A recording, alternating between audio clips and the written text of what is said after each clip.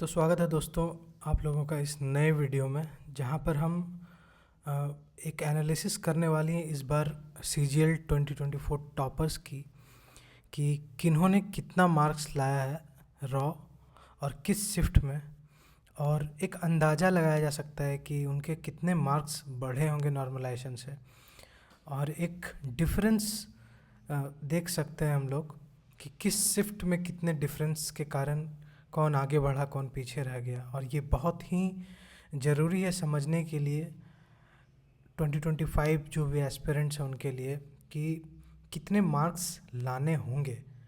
अगर कोई shift tough है ये तो हम अंदाज़ा नहीं लगा सकते एग्ज़ाम के दौरान, लेकिन फिर भी एक रफ़ आइडिया कि कितने मार्क्स हमें लाने पड़ेंगे। अगर आप रैंक 1 को देखते हैं तो इन्होंने 360 मार्क्स स्कोर किए हैं 18 की शिफ्ट में 18th, लेकिन वहीं रैंक 2 इन्होंने 372 ला के भी रैंक 2 ही रह गए। ऐसा क्यों? ऐसा इसलिए क्योंकि अगर आप देखेंगे 10-12 मार्क्स का अंतर जो बोनस से रैंक 2 को मिला है वो रैंक 1 को नहीं मिल पाया है। ऐसा इसलिए क्योंकि बोनस का फ़ायदा सिर्फ जो 20th वाले शिफ्ट के थे उनको इसलिए हुआ है क्योंकि या तो वो क्वेश्चन उन्होंने गलत किए होंगे या छोड़ दिए थे, और ज़्यादातर लोग वही हैं 20th शिफ्ट में जो टफ़ क्वेश्चंस थे जिनको लोगों ने छोड़ दिया है या फिर गलत किया है, उनमें ही मार्क्स बढ़े हैं। तो 18 वालों को ये फ़ायदा नहीं मिला और 20th वालों को ये फ़ायदा मिला। तो आप देख सकते हैं कि कितना अंतर है एक्चुअली। अगर आप यहाँ देखेंगे 367, इस 367 और इस 367 ये दोनों 20th के शिफ्ट है, और इसके बीच में आप देखिए 18 वालों का 354, 353, 351, मतलब आप देख सकते हैं कि 367 बराबर 351 है अगर ये 18th की शिफ्ट है और ये 20th के शिफ्ट है।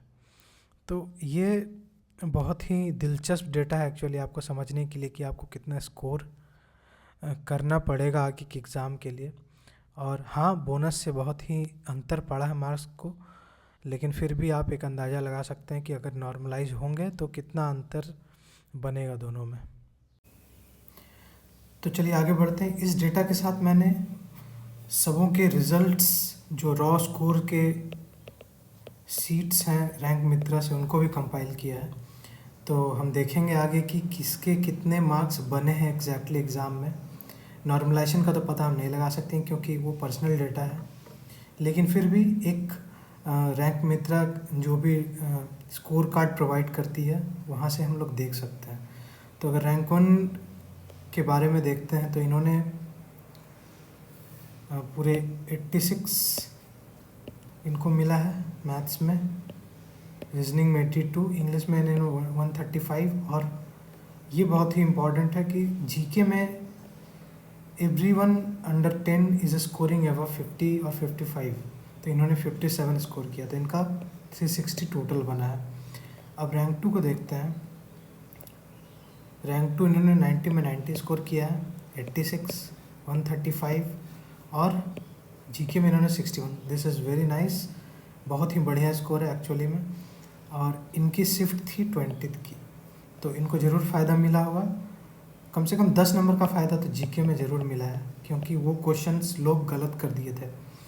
जैसे चंपारण तो लोगों ने 1917 मारा था, और एक दो क्वेश्चन थे जिनको लगा कि ये सही है लेकिन ये सही नहीं था और उनमें बोनस मिल गया। तो अंतर यहाँ क्रिएट हुआ है एक्चुअली में। अब रैंक 3 को अगर देखते हैं तो रैंक 3 का स्कोर कौन सा शिफ्ट था? इनका 18 का शिफ्ट था। इन्होंने 86, रीजनिंग में थोड़े कम रह गए 75, इंग्लिश में टोटल, और जीके में 59। तो आप देख सकते हैं जीके में लगातार गजब कंसिस्टेंसी है अमॉन्ग टॉप 10, तो इनके 355 बने। अब रैंक 4 को देखते हैं। रैंक 4 की 20th की शिफ्ट थी 90, 90, 131 आउट ऑफ 135, और जीके में 57। This is also very good marks. अब रैंक 5 को देखते हैं। रैंक 5 90 आउट ऑफ 90, 90, यहाँ पर 131 और ये 56, तो लगभग सबके सेम मार्क्स हैं, और इनकी शिफ्ट थी 20th की। अब रैंक 6 को देखते हैं। रैंक 6 की भी 20th की शिफ्ट थी, इनको 86 आया, 90 आया, 135 और 58, तो इनके रॉ स्कोर बन गए 369। Rank 7 86, 82, 131, 55, raw score 354। रैंक 8 की 18th की शिफ्ट थी, 86, 82, 135, 50, 353। और रैंक 9 की 18th की शिफ्ट थी, 72, 90, 135, 54। और रैंक 10 जो है इनकी 20th की शिफ्ट थी, 90, 86, 127 और 64। तो आप देख सकते हैं कि रैंक 10 पर भी इन्होंने जीके में 60 प्लस स्कोर किया, हालांकि ये 20th की शिफ्ट थी। तो आप मान सकते हैं कि फिर भी अगर बोनस नहीं मिलता तो इनको 54 ज़रूर मिलता। तो ये बहुत ही मेहनत किया हुआ डेटा, एक्चुअली रिसर्च किया हुआ डेटा है, तो ये आपको जनरली नहीं मिलेगा इंटरनेट पे। और जो भी अच्छा टारगेट कर रहे हैं 2025 के लिए, उनको यह समझना बहुत ही ज़्यादा ज़रूरी है कि आपको जीके में 55 प्लस स्कोर करना पड़ेगा। मैथ्स प्लस रीजनिंग में आपको 180 के आसपास स्कोर करना पड़ेगा, और इंग्लिश में 130 प्लस स्कोर करना पड़ेगा, तभी आप जाके कुछ अपने मनचाही पोस्ट को ले सकते हैं। तो आप देख सकते हैं कि कंपटीशन किस हद तक बढ़ गया है कि लोग पूरे 90 आउट ऑफ 90 स्कोर कर रहे हैं मैथ्स और रीजनिंग में। इंग्लिश में भी 135 बहुतों ने स्कोर किया है। और अगर हम देखें एवरेज तो 75 में लोग 55 स्कोर कर रहे हैं जीके में, राइट। 55/75, तो ये बहुत ही मतलब सिर्फ कुछ क्वेश्चंस लोग छोड़ रहे हैं। तो आपको समझना होगा कि जीके में आपको कितनी मेहनत करनी होगी। तो अगर ये वीडियो आपको अच्छी लगी तो ज़रूर लाइक करें, सब्सक्राइब करें और कमेंट करके बताएं कि आपके विचार क्या हैं इस पर। तो मिलते हैं, लगे रहिए, कमाल कीजिए।